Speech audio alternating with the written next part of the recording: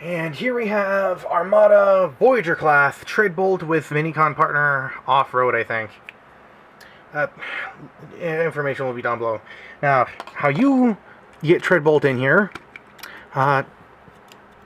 lift it up because there's peg holes here and pegs there. Now, there's it's a switch right here. When pressed down by the Minicon, will activate another gimmick sound instead of the chuga chuga sound, which it makes in a bulldozer mode. There's paint here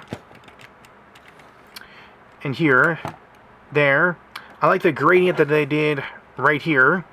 This is, these are totally not the feet. They are. But, yeah.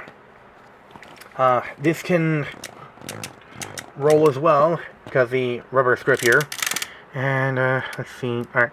This tooth right here, that I'm pointing at, activates a button in there for the chuga chuga sound and the stompa stompa sound.